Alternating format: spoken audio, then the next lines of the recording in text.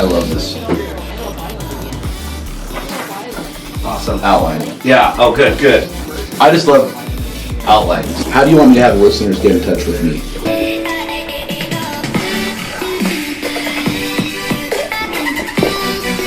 Good morning, everyone. You are listening to KTALK Radio, 1640 AM. This is the show, Utah, Home Sweet Home, and I am your guest, Yoshi Shiraki, and today, you guys are in for a special treat, because the guest today happens to be one of my best friends, one of my, I would say, I've had a lot of mentors in my life, but there are two that probably have been the most dominant, and Matt Atkinson happens to be probably the one that's helped me the most throughout my career. He's incredibly smart at such a young, tender age, which always blew me away. Thank you. Thank you very much. Yes. So we have a guest. My guest today is Matt Atkinson, as I mentioned. Today what we're going to talk about is the ins and outs of doing real estate transactions through the eyes. Now, all of these things that I'm about to read are what Matt is doing himself through the eyes of a hard money lender, a loan officer, a fix and flipper, landlord, and educator investor. He has an education company that he speaks publicly. He has seminars that he holds. He's got educational online courses. I mean, he's influenced not just myself, but I would say a lot of the successful investors in the state of Utah. So you guys get to be exposed to him today. We'll also be discussing the top questions he has asked by his clients, and what we're going to ask him is in regards to him being an educator. So if you've been thinking about getting involved in real estate and you've got some questions you want to ask someone who's doing stuff, you're going to want to pay attention to these questions that he gets asked by all his clients. We'll also be talking about a nightmare story. Matt has done a lot of real estate, so there's been a lot of opportunities for him to experience a nightmare, or at least have heard of a nightmare, so I'm excited to hear what he's going to share with us. The step-by-step of a real estate transaction when buying rentals and flips, and so much more. So let me tell you a little bit about Matt. Matt started his career 17 years ago as a mortgage professional and has been investing for the last 15 years. He purchased his first investment property in 2004, a single-family home, through a short sale, which is a rental unit that he still owns to this day. Matt credits his experience with getting him addicted to local real estate investing and now owns over 16 million of rental properties personally and with partners. He has accumulated 25,500 hours of experience, which is nearly 7 years full-time around the clock. That's a lot of time. And has personally invested over $1.87 million just in rehabbing rental properties since 2004. And an additional $4.5 million in just fix and flips since 2008. Matt and his team added real estate consulting to their services. He has focused consulting on a local level with his expertise ranging from rentals, landlording, hard money lending, fixing and flipping, assignments, and building wealth as an investor. And he currently serves on the board of the Utah Valley Real Estate Investing Association for the last 6 years, the Salt Lake Real Estate Investing Association since 2010, and the National Hispanic Real Estate Professional Organization for the last year, and is also a member of UAMP, which I believe is Utah Association of Mortgage Professionals. That's right. Thank you. You're welcome. Yes. So Matt, thanks for being here. Thank you for having me, Yoshi. I'm glad that we can stay in a warm building today because it is really cold outside. It is really cold outside.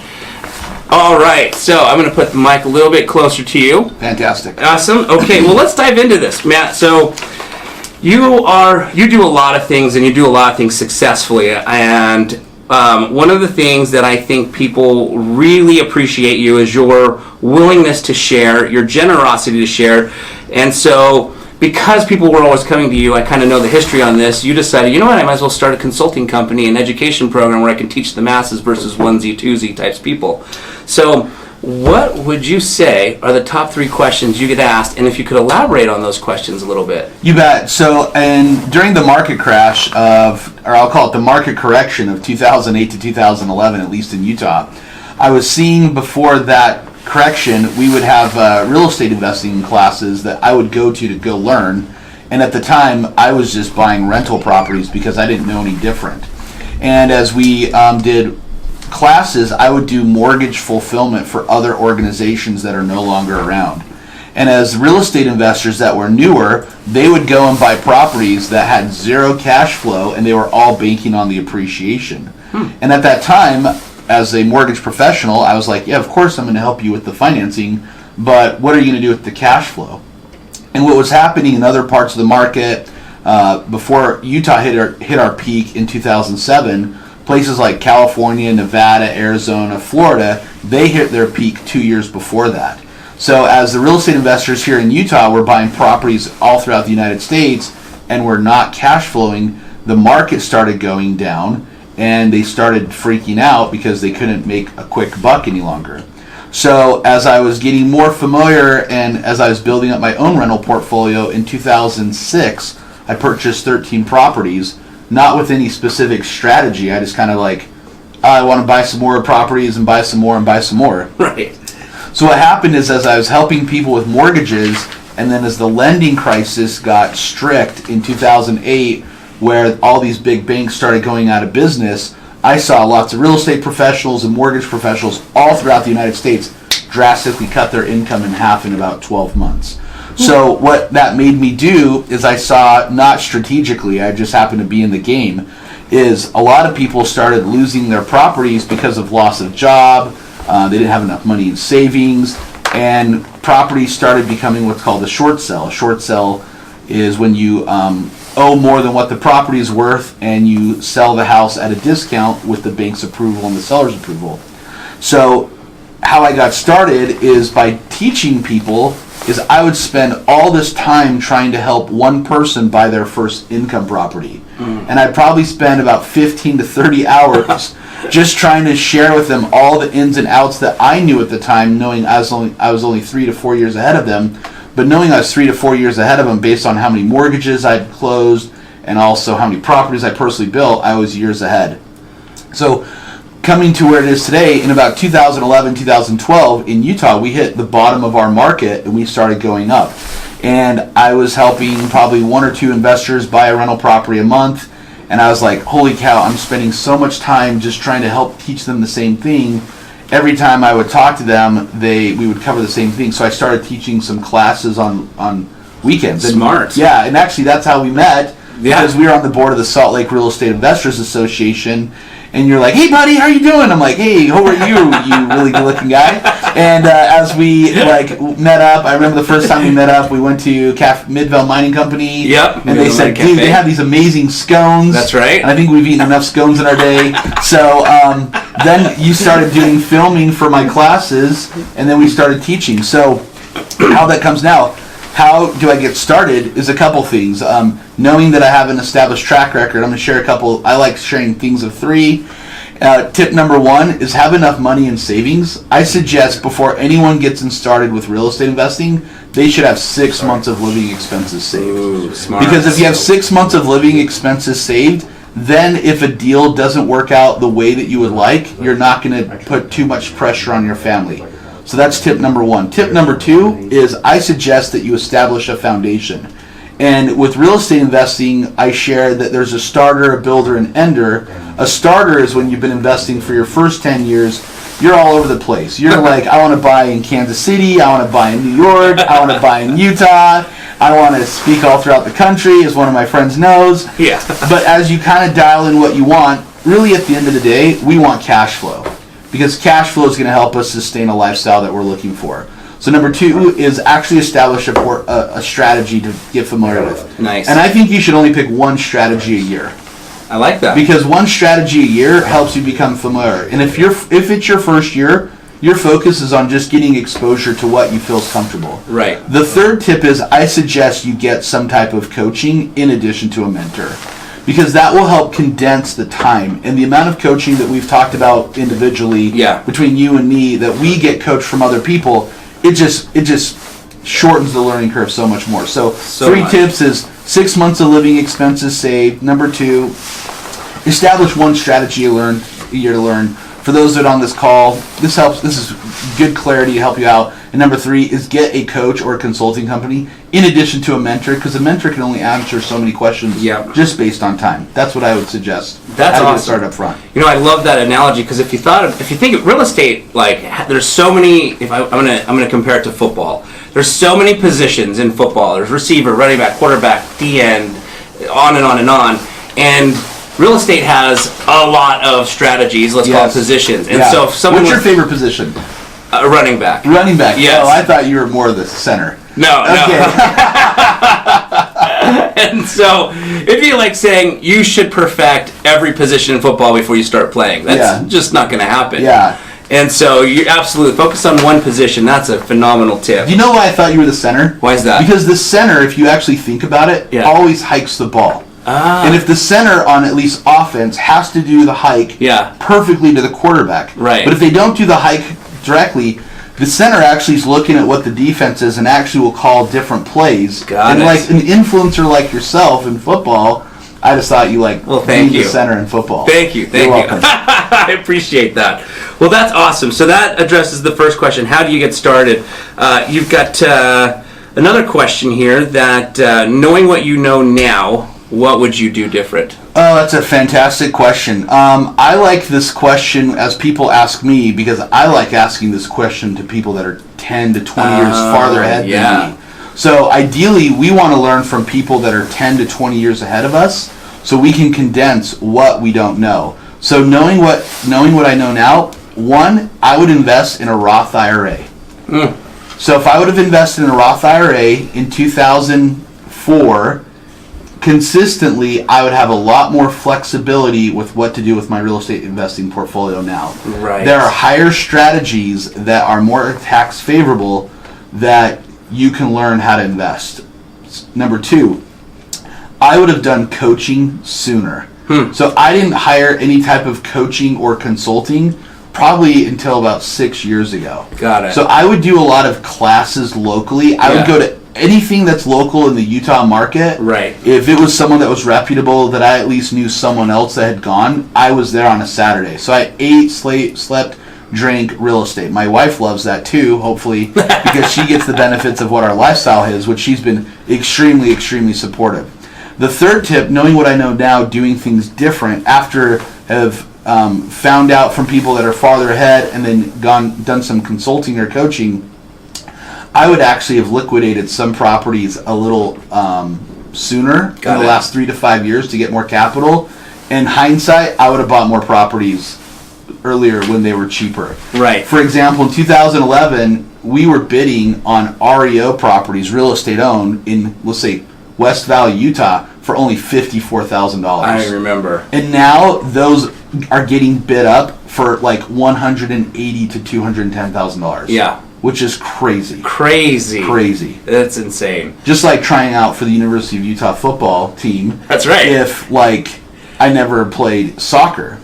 Right. Now, what does soccer and football have to do with each other? If your football is a different language or sport throughout the world. Right. And real estate investing, if you don't know what language you're talking about, you're going to totally miss the mark. Absolutely. So it's being familiar with what that football or soccer example is. Absolutely. And we both love sports, so I like throwing them out there. That's right. That's right. When I lived in England for a year, I was asked many times, did you play football? Which I thought they were talking about American football. Right. But they were talking about soccer. And I'd be like, yeah, I played a lot of football.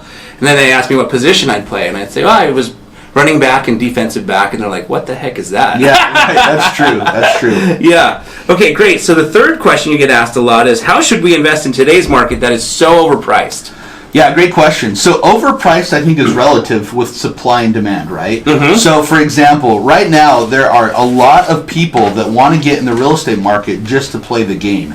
It reminds me of the correction or the crash from 2008 that I still think you should invest. I like dollar cost averaging, for an example, buying rentals. Got it. I think you could buy one rental property a year. Mm-hmm. And if you're able to, which you can, if I was able to and you're able to, yeah, everyone's able to. Yeah. If it's just a choice. But I would buy one rental property a year and plan on holding the property for at least 10 years. A couple reasons why. One, appreciation normally is 3% a year. Mm-hmm. In Utah, it is actually more, but when I do my calculations, I go off 3%. Smart. Number two, as you manage the property correctly, people are going to principal pay down the mortgage, and the tenants are going to pay down the mortgage. Right now, my first 10 years, I'm not banking as much on cash flow for my lifestyle.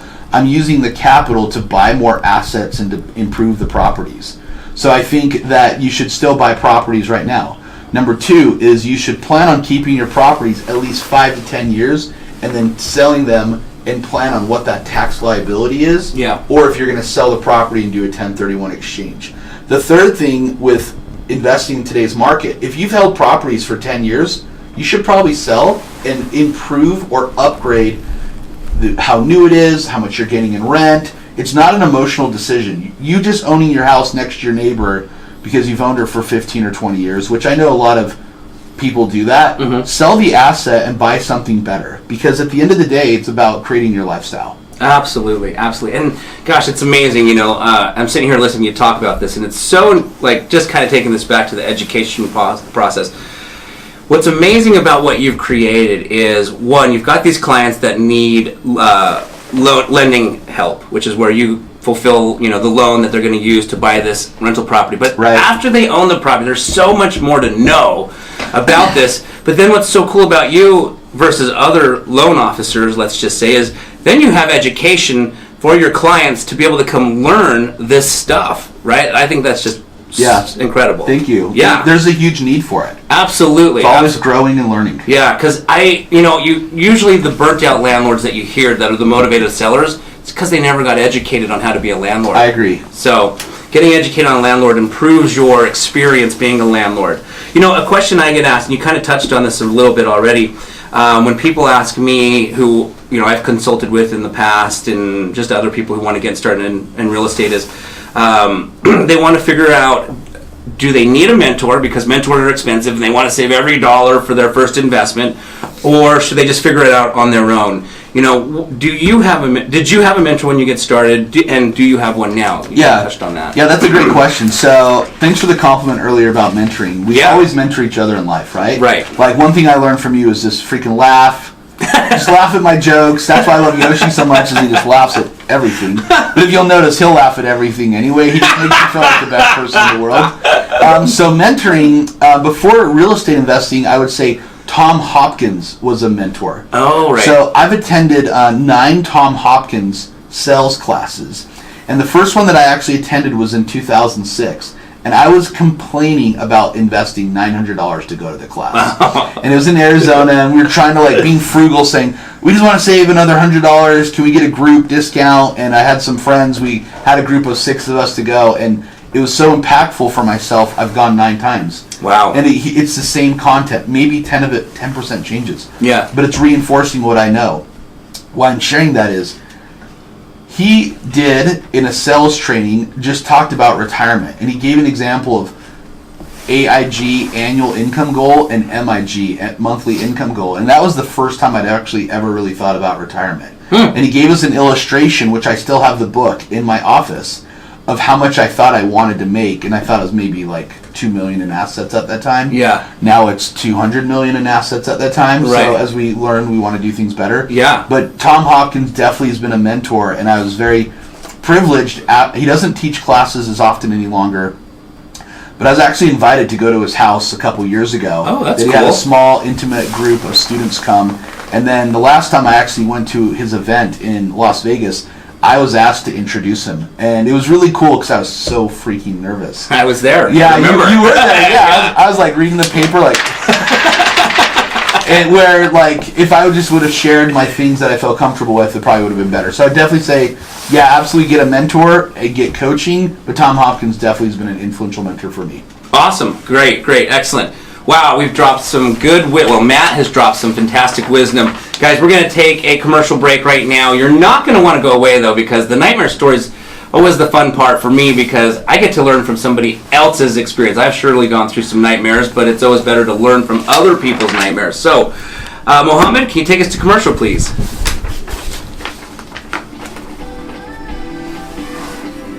With smartphones and technology making life a little easier, the Snap Leash has also been designed to make life a little easier for you and your pup. Whether you're out on a stroll in the park, or possibly a walk through the city, or maybe even a hike up in the mountains, the Snap Leash is the perfect leash for you. The Snap Leash can easily and conveniently convert into 7 leashes in one, making the Snap Leash the most convenient leash in the world. What other leash do you know that is 7 leashes in one?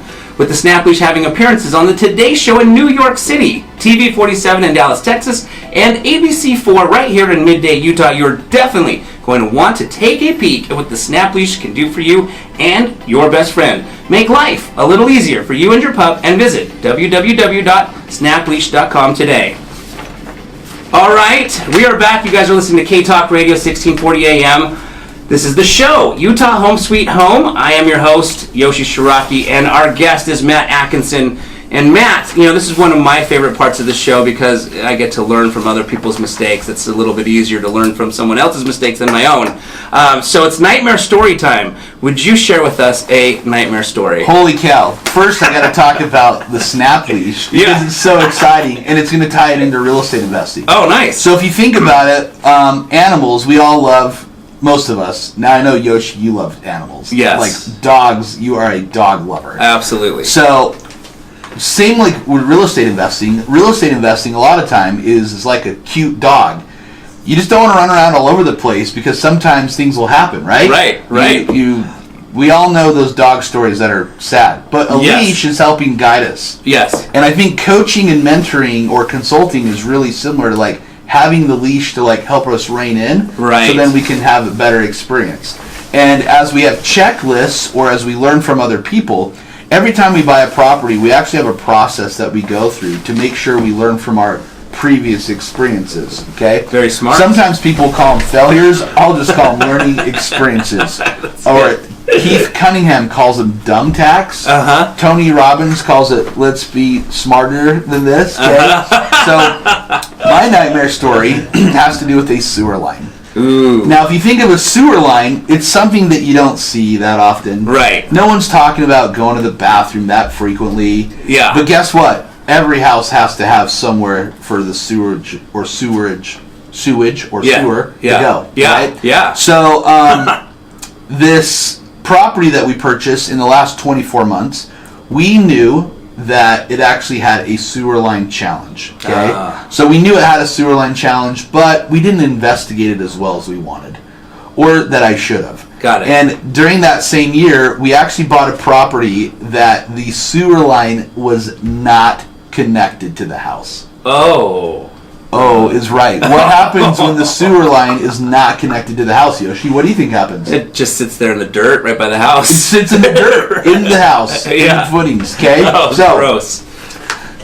Tip number 1, Yeah. any property that's older than 1950, go do a sewer line scope. It's kind of like when you turn, when we're 50? We're not 50 yet. We're still in our 40s. I think we're supposed to get a colonoscopy. Right. Yeah, so I'm excited to drink that stuff. Yeah, But you should get a sewer line scope because it's just something you don't see. Right. And then it's very costly if you don't know about it.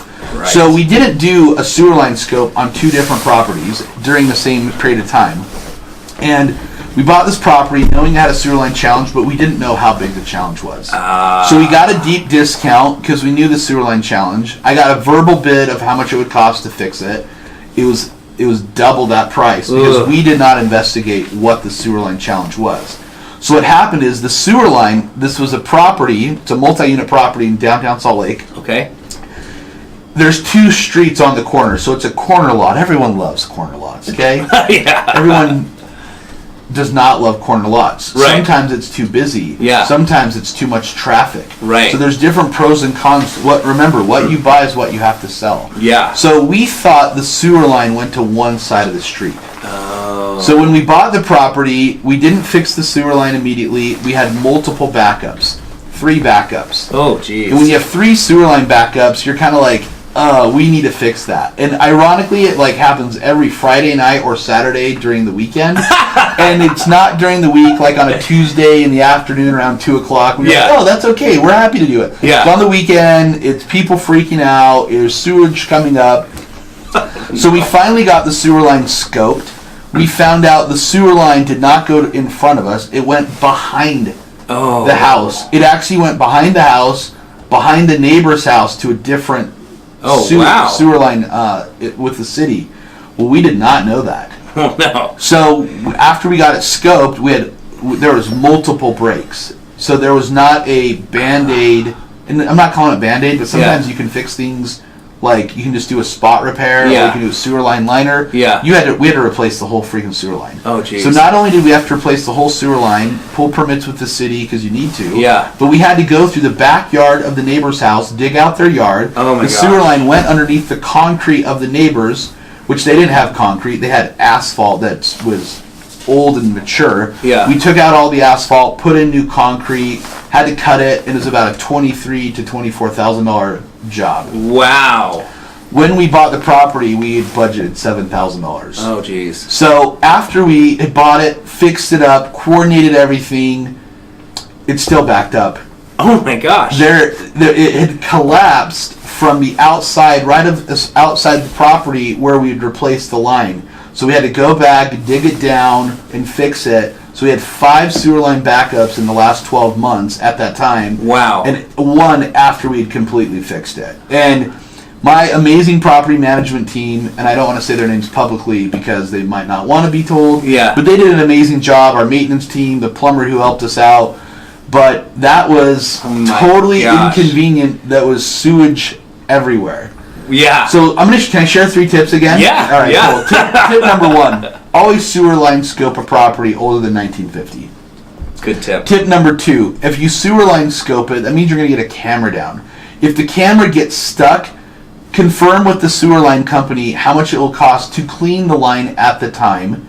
So then you can go all the way through, and then you need to ask them to go all the way through so they don't keep charging you $200 to $300 for each thing they do. Okay? Got it. So you want to prepare that up front. Yeah. Tip number 3, after you know that there's a challenge, get 3 bids in writing, because we got another bid for a client friend of ours, and the most economical bid, not cheapest, just most economical, for the same work was $6,000. The most expensive was $12,500, and the middle one was $9,800. Oh. Which one would you choose, Yoshi, if everything else is the same? Yeah, the most economical one. Yeah, most economical, because that pays for some season tickets to go to the Utah Utes. Yeah. Or we can go to a FC Barcelona game next year for football. Sure. The other soccer. So yeah, it's just knowing what to do to save time and money to create the lifestyle you're looking for.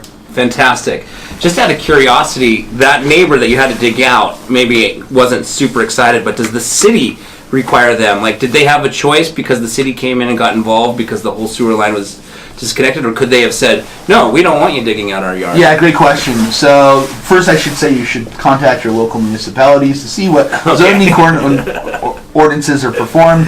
In this situation where it was our line, but it went to the city's public line, we had to come up with a solution that the owner of record of the neighbor felt comfortable with, and they felt comfortable getting a brand new concrete driveway. And it was inconvenient for them for 3 days, which we were trying to be as accommodating as possible. It didn't affect their own sewer line. Got it. But and we put things in writing. We had them sign things. That's just based on experience, because verbal things are forgotten. Yeah. But the neighbor was pretty accommodating in this situation. Oh, that's great. Oh, that's good. That's not always the case, though. Yeah, no kidding. Yeah.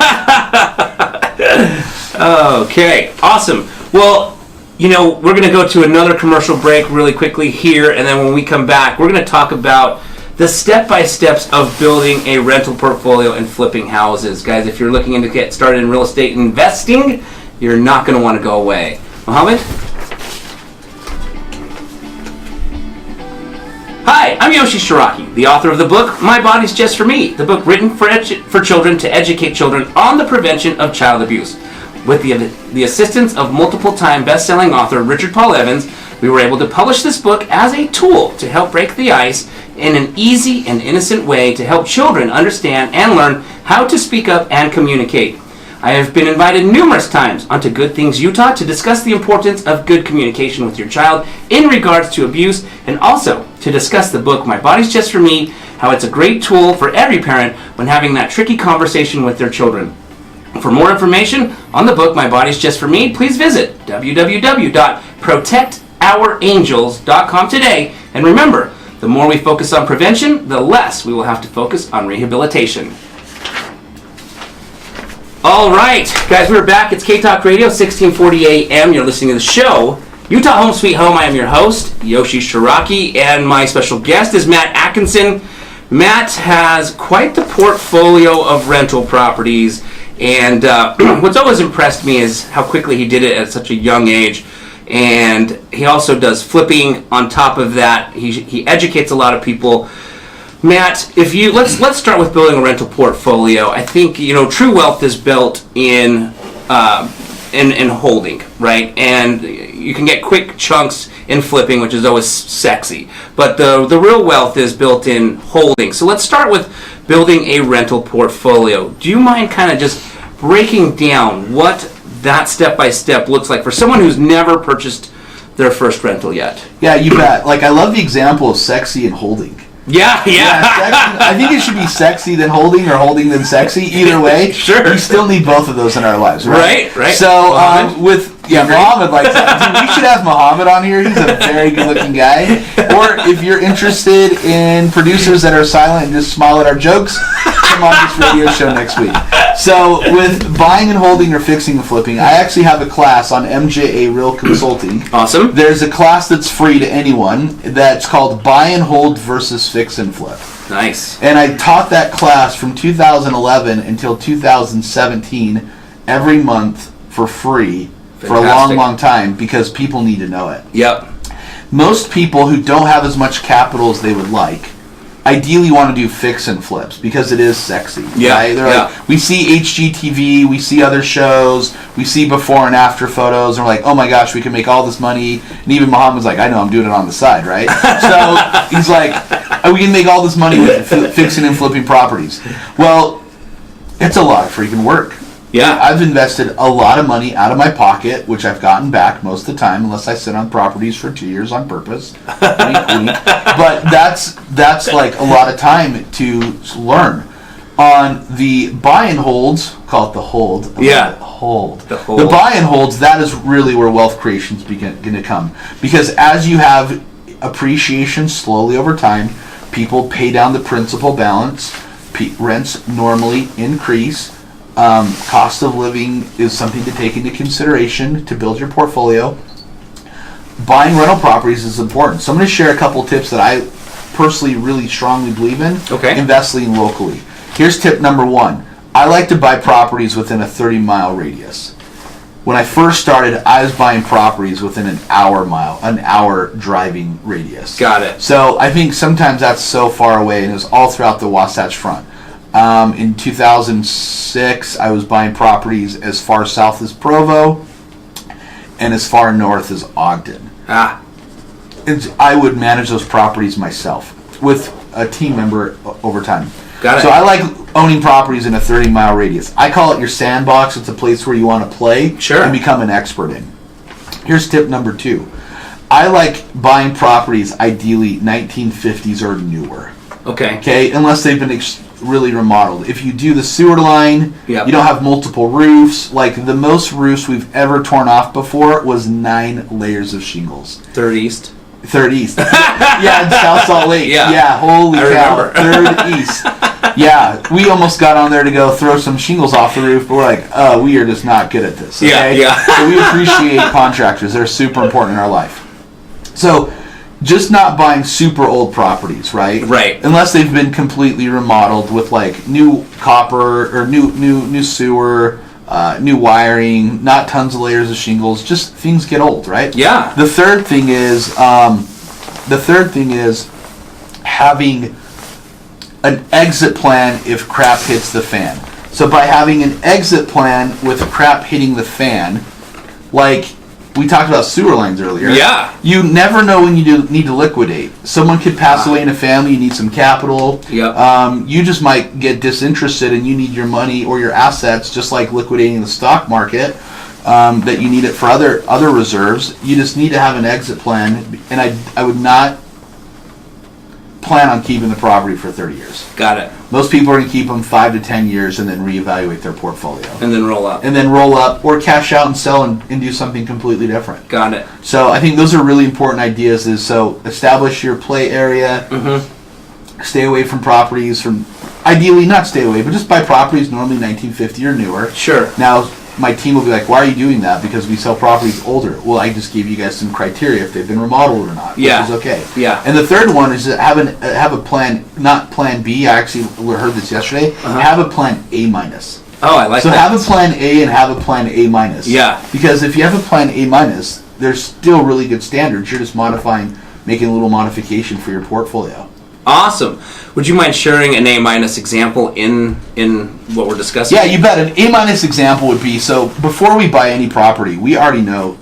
No, when we first started, we didn't know what we were doing. Okay. Besides buying properties. Sure. But we've established if we're going to keep this as a property as a hold or if we're going to flip the property. And then if we're going to keep the property as a hold, how long are we going to hold the property for? Yep. So an A minus could be, hey, I'll pick roofing because we said that earlier. Sure. Let's say a roof is on its last leg, and it's in a really good area that you already own 13 properties in.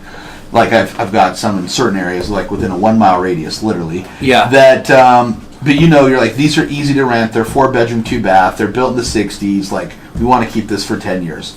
Let's say you have a flat roof and it's already got 1 layer of shingles or 1 layer of roofing, and you're like, it's on its last leg. Right. Well, the same roofer that you use in 2019, is that crazy, 2019? Yeah. We met in like 2008 and 2009. Yeah. Yeah. That's insane. Is not normally going to be the same roofer. Our roofer that we're using right now, I think, is about 50 years old, give or take. Yes. I don't think they're going to be roofing when they're 60. Right. Give or take. Yeah. Okay? Yeah. So, unless you're our gutter guy. So, with that, though, is sometimes I might invest 20% more to tear that roof off and just put 1 layer because it's less expensive in the future to do a recover. So you need to take that as an example as an A minus. I like it. You invest a little bit more to get a better return. Awesome. Perfect. Okay, great. So probably similar but different. Those were some great step-by-steps to get started in rental. How about for somebody who's like, I need the capital. I can't even, put a down payment, and so I'd like to flip my first house. Yeah, good question. So let's go back. If you guys follow the suggestions up front of having at least 6 months of living expenses, ideally you're not going to be putting your credit cards and opening new credit cards to go bank on that. I know people that have done that. I would say more often than not, that doesn't work. I don't think it's fiscally responsible. I think it's good to learn how to save because most people, we transition from a spender. Yep.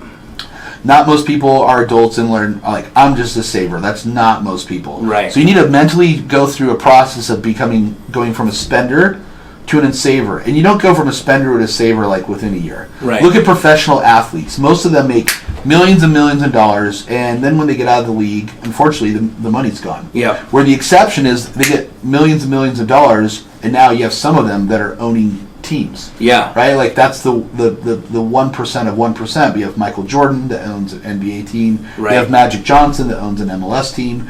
Oscar De La Hoya. Oscar De La Hoya. I know you're a boxing guy. Yep. He's also our cousin from Mexico. That's right. Deep down south. So like those are different things. I'm half Mexican, by the way, even though my last name's Atkinson. I don't know if you guys Yoshi's half Mexican too. I am half Mexican, even though my last name's Shiraki. Yeah, so we love it. We love it. So the point is, as the 1%er is saving. So if you're going to go into your first flip, you've already have 6 months of living expenses saved. Smart. I would actually suggest that you get a property and you assign it to another investor who has more experience. Yeah. And let them buy it from you and make some money, but watch the process. Right. There's so much you can learn by watching the process.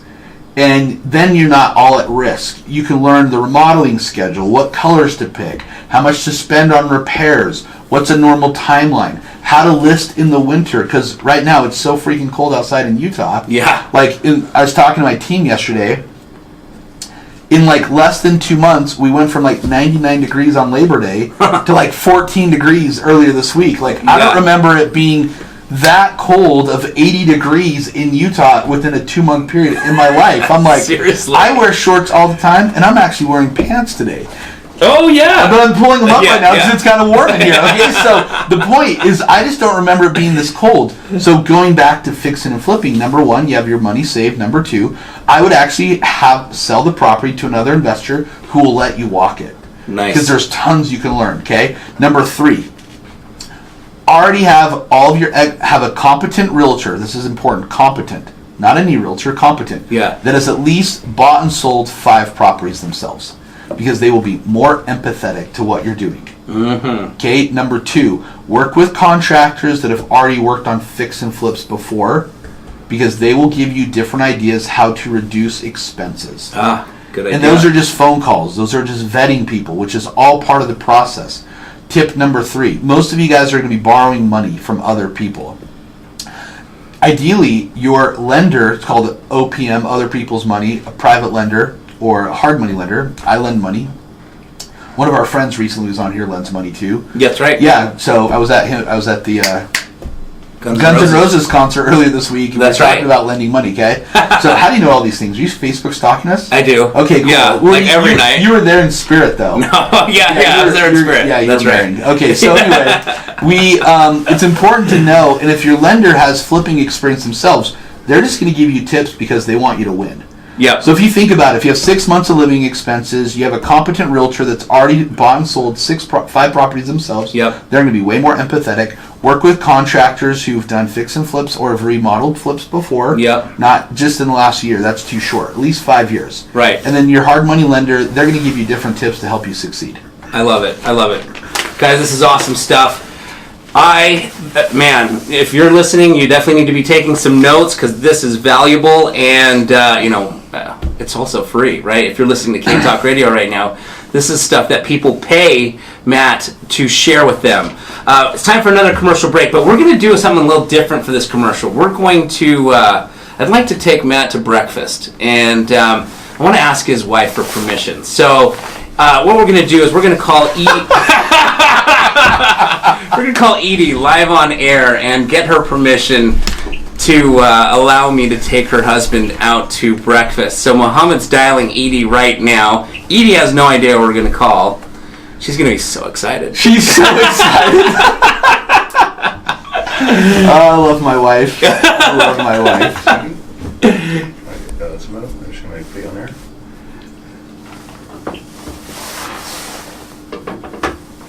All right.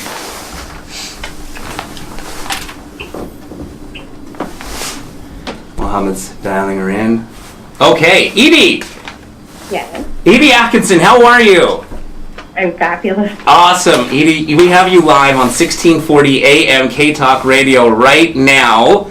You've joined the show, and I wanted to know if you would allow me to take Matt Atkinson for breakfast here shortly when the show's over. Did not ask you that. No. Why do you say that? Some hesitation in your voice. I think it just might be that it's only delayed a half a second. That the Yeah. technology. Right. Yeah, Right. that's the delay. That's true. That's true. So, do we have your permission to go to breakfast? How can I say no to you?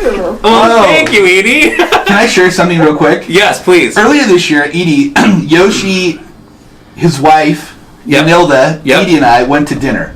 It's earlier in this year, and we got this wild idea talking about being the center in football. That's right. And also in soccer, center back. There's a center back. That's our right. friend. Yep. So we went to dinner, and we were going to go to the AFC Championship game between the Kansas City Chiefs and the New England Patriots. That was inspired by my son Matthew. Right. That's right. So we go to dinner, and I say, Yanilda, your husband's been working so hard, and wouldn't you love for him to just do something fun? She's like, yeah. I'm like, that's great. And knowing that you liked him to do something fun, isn't it good when we just go out and bond together and we can talk more about real estate investing? She's like, what are you asking, Matt? Like, I'm not asking anything. I just know you like your husband to have fun, talk about real estate investing, and then the future, how we can establish a better lifestyle for our children. Matt, what do you want? Yoshi and I would like to go to the AFC Championship game between the Kansas City Chiefs and the New England Patriots. Is that okay?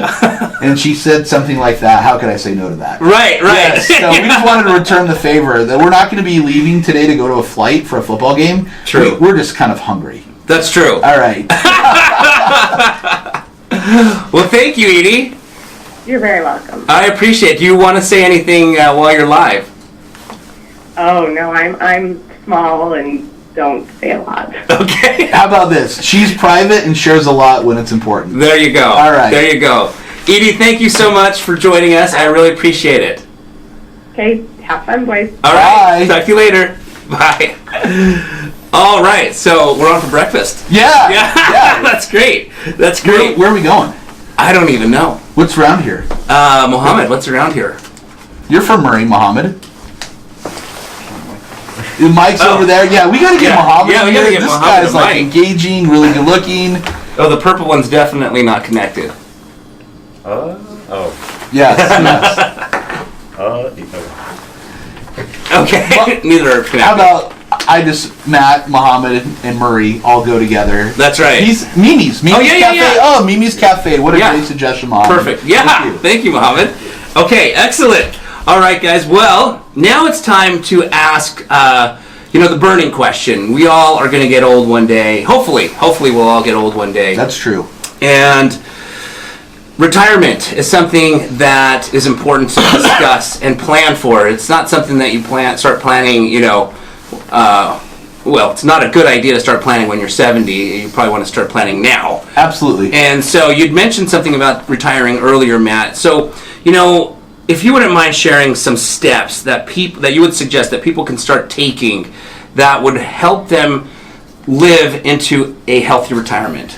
You bet. So, recently, talking about this, life is precious, right? Precious. One of your best friends I know passed away before we met each other. In an accident. Yeah, in an accident. One of my business partners passed away 3 years ago, and one of my friends actually passed away unexpectedly 2 weeks ago today. Sad. It is very sad. With that being said, it's important to enjoy life, right? I agree. And as we enjoy life, here's a cool example. We shared where our heritage is. You're a Japanese Mexican descent. Yep. I'm a Mexican pioneer descent. My family came from the pioneers. We have our Murray alumni. He's definitely got a good-looking beard.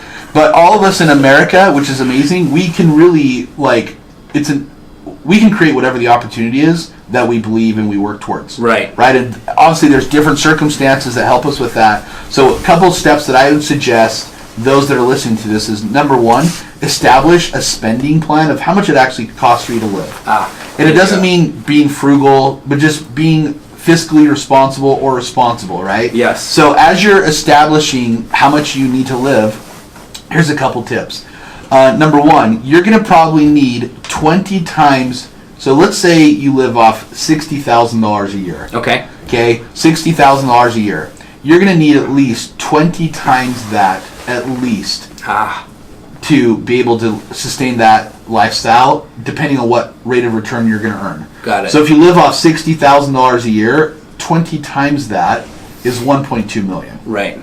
Now, that doesn't take into consideration inflation. For those that are listening, how much a car costs now versus 10 years ago versus 20 years ago. Yoshi and I were both in high school in the 90s. Yep. I remember gas was $1 or less. Yeah. Literally. Yeah, okay? 98 cents. I don't even know if Muhammad was born in the 90s. No, he wasn't. He was shaking his head. Oh, he was. All right, cool. So 98 cents. I remember oh my gosh, gas is $1. Right. And we've seen gas as high as probably $3.50 now. Yeah. Right? Yeah. So number one is establish what you're going to make now, and then have at least 20 times that in assets. Here's my personal opinion. You should double that. You should have 40 times, because then people are living a lot longer now than they used to. I was listening to a Tony Robbins book yesterday morning, called Money, the Mastering the Game. And he talked about the average life expectancy for a female in the United States is now 81 years young. Wow. That's crazy. Yeah. And a man is 79 years young. Wow. And he said there was a certain percentage, I don't remember, are living past 90. Oh my gosh. So we should probably plan on having more. Yeah. So we should look at that annually. Tip number 2 that I would suggest. Invest in assets that you know of. Here's a question that I've learned from a guy named Keith Cunningham, who's the original Rich Dad from Rich Dad Poor Dad. Awesome. Is what is the upside, what is the downside, and can you live with the downside? So as you're building a portfolio for your life, is what is the upside, what's the downside, and can you live with the downside? I normally have not lost money that frequently in real estate. Now, do I have learning experiences? Yeah, but I'm not investing in weird different things for me, because that hasn't worked. Yeah. So as you think of those things, go and brainstorm with other people that have a track record. And then the third part is enjoy life. So there's a gentleman named Jimmy Napier. Have you been to a Jimmy Napier seminar with me before, or you went just Peter Fortunato? Yeah, Peter Fortunato. So Jimmy Napier says is when you're an ender. So we talked about this. You're a starter, a builder, an ender. Yeah. I do this a lot. I start something and don't finish my conversation. Uh-huh. A starter is investing for 10 years or less. Perfect. A builder is investing for years 11 through 30. So you've been investing for 30 years. An ender, you have two concerns: preserving capital. You don't want to lose your capital, and paying the least amount of tax as possible. And he said, as you become more affluent in life, and that's just not monetarily, that's just in general, he said, spend 10% of your money on education or self-development, because your problems will get harder or more challenging, and you'll need to figure them out. Number two is spend 10% on blow it. Just blow it however you want. Nice. That's a vacation, upgrading your house, whatever. Just blow it. The other 10% is be charitable. Give back to other people, and as you get that satisfaction, I think that's important, that we can give some contribution in life to share with other people who are just not as far along as where you are. I love it. Wow, that is some good stuff. I love the blow it, and cause I happen to be a saver. You were talking about we're not naturally savers. Right. I was, as a little kid, we'd get money for Christmas, and my sister would go to, at the time it was the pharmacy that we'd go to buy candy, okay. Right? And then I would keep my money. And so I'm not a blow it personality type person, and that's kind of really cool to hear that. Hey, I should treat myself. 10%. Yeah, treat yourself. Yeah, because I just typically like to save. That's good. Yeah. That's good, though. Then you can do other things. Absolutely. And then, of course, I love the idea of charitable. Yeah. 10% of giving back. Charity is always good to participate. All right, guys. Well, you're listening to KTALK Radio, 1640 AM. This is the show, Utah Home Sweet Home. I am your host, Yoshi Shiraki. We have a guest, Matt Atkinson. And before we close, I wanted to share, if you've missed any part of this show and you want to definitely catch it, because there was a lot of valuable stuff that was shared on the show, you can go to our website, www.utahhomesweethome.com, and click on our social media links. We're going to be posting these videos and recordings there. You can see Houston here in the background. Well, you can't. People on Facebook Live can see Houston here. Hey, Houston. We forgot. We didn't give Houston the credit he desires because he loves to live in Salt Lake? No. Sugar House. Yeah, he's a Sugar House alumni. That's right. Houston's helping us get this information recorded, and so check out our social media. You can also reach out to me if you have any questions. 801-810-4475, and you can also email me at YS, which stands for Yoshi Shiraki, YS@UtahHomeSweetHome.com. Matt, how can people get in touch with you? You bet. They can call me at my office. I'll give you my office phone number. It's 385-800-8570, 385-800-8570. They can also email me at Matt, M-A-T-T, at MJARE.com. That's Matt at MJARE.com. And then if you guys want to watch some free content about buy and hold and fix and flip and how to turn $15,000 into $200,000, you can go to www.mjarealconsulting.com, and that's how you can learn more about creating the lifestyle that you're looking for with real estate investing. I highly recommend you guys watch those videos. They're free, so definitely check it out. Matt, thank you so much for joining me on the show today. I really appreciate it. Thank you, and I thank my wife for allowing me to go to lunch with Yoshi because I'm very hungry. Me too. Mohammed, Houston, thank you guys as well.